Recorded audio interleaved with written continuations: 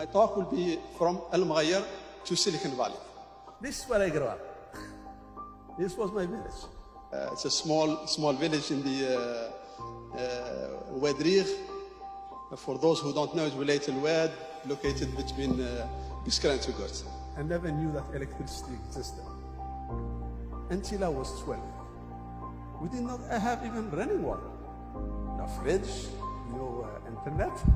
This is the extent of technology that I got to. That's my phone at that time. So that's what I started. Literally, it could have been anybody. I just happened to be a number in the probabilities.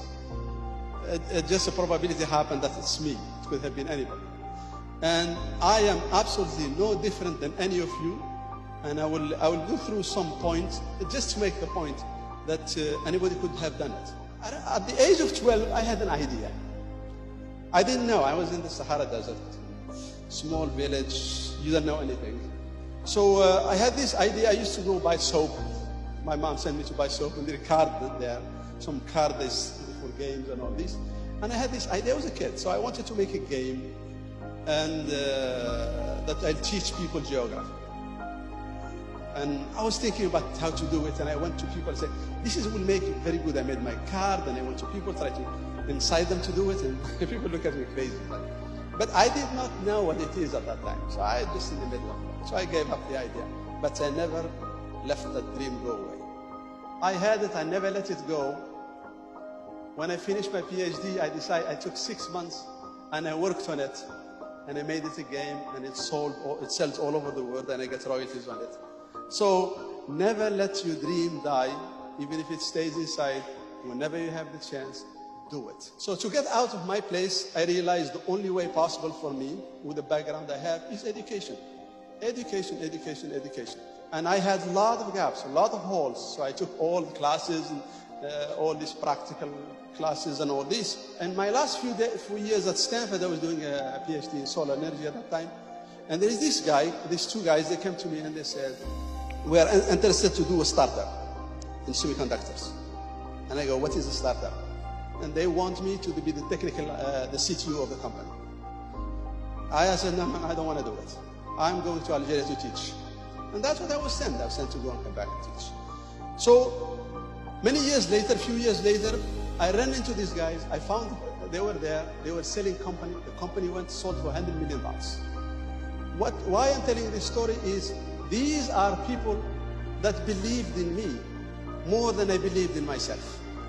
That's the worst thing that can happen to a human being, that somebody else believes in you more than you believe in yourself. So I just hit me, the biggest thing hit me in life. And I went and I wanted to know everything about startups, how to do companies, I learned everything possible.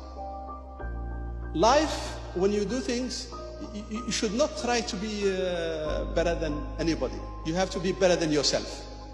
Better yourself. Get to know yourself and do better than you can. Don't worry about anybody. We don't all start with the same point. Some people have their fathers is Bill Gates, and some people have Mahatma Gandhi, I guess, or something like that. So we don't have the same funding. So we started differently. So you do what you can with what you have, and you push forward. And while going, so what you do is you take it step by step, you set goals, and you go step by step, and don't worry about what's happening around. So it's small, solid steps and strong goals. And while going, remember to leave your footprints. You have to go and leave your footprints. For whatever you do, you are a farmer, you are a scientist, you are somebody sweeps the floors, you try to do the best you can. And that's what all you need to do. So if you look at it this way, it looks like stairs going up. This is life, is very easy. In fact, life is not like that, unfortunately. It's more like this. At least my life has been like this, or even worse. So you go up and down and up and down, and life is full of ups and downs, and you have to ride them and take them to work. And just wake up every time when you do it. I will tell small stories. So I went to my taxman, a guy who was about 80 years old, and he was doing his taxes, my taxes, and he told me, "Let me tell you an advice." And he said, "Look, you are not old enough to know this. I am retired. I sit in the backyard. And there is nothing that bothers me in life than things that I want to do and I have never done. It eats me in life, and you cannot sleep when you're old. So do them now. The next day I quit my job and I went and I did something else. If you have something in your mind and you want to do it, don't let it there. Get it out of your system. That's the best way to do things. It's by trying and moving forward, you learn things. If you break eggs, let it be. The more eggs, the bigger the omelette. So please discover yourself and know what you love. It is money, let it be money. Research that, but you have to love what you want to.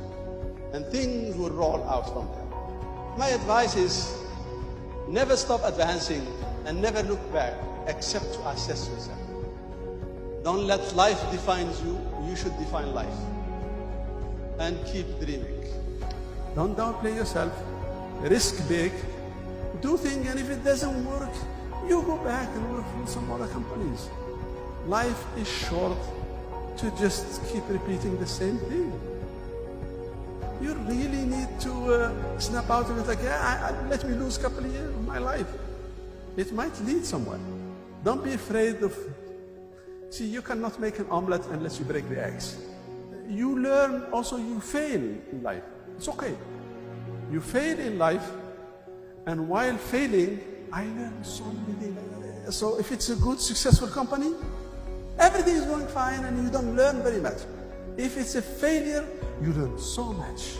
It's unbelievable. If you really have a good education and you step out of, government is going to give me a job, what am I going to do, all that stuff.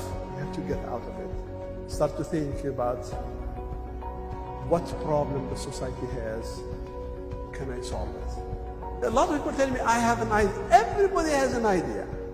Everybody in his whatever has an idea.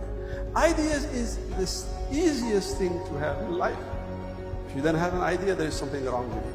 Whether you make money or not, or it's already out or not, that's another story. But at least, I'm telling you, ideas are bound. So it's not the idea that's important.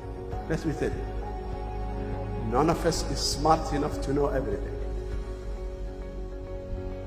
So, if you wait, somebody is going to find it. You are lucky you had an idea ahead of time, so you are blessed. 6 months later, max, it's known about 6 months. If you have an idea, you didn't do anything about 6 months later, it's gone. So, don't think about, I have an idea and I sit and it's a weekend thing. It's after hour thing. I'm going to work it in after hour. That doesn't work. Doesn't work at all. Try not to fall in love with your idea. And this is, it's very crucial, because if you fall in love with your idea, anybody who comes to talk to you say, but no, you're wrong. The formula says, that's wrong. You have to be able to say, because you're risking your life, you have everybody who tell you something and it sounds like it's a problem. Maybe there is a problem. You'd rather talk to the guy that figure out the problem and stop, rather than hide it behind the curtain and keep continuing. Don't try to make all the money by yourself. 100% of zero is zero. 10% of a big number is quite very good. So bring people, have them share with you the wealth. Make something successful. Don't look for the money, look for the success. Why am I telling you this? I'm not bragging about it. It's one thing, if you have a dream, don't let it go. Doesn't matter, it will stay for 20, 30 years. Stick with it. One of these days,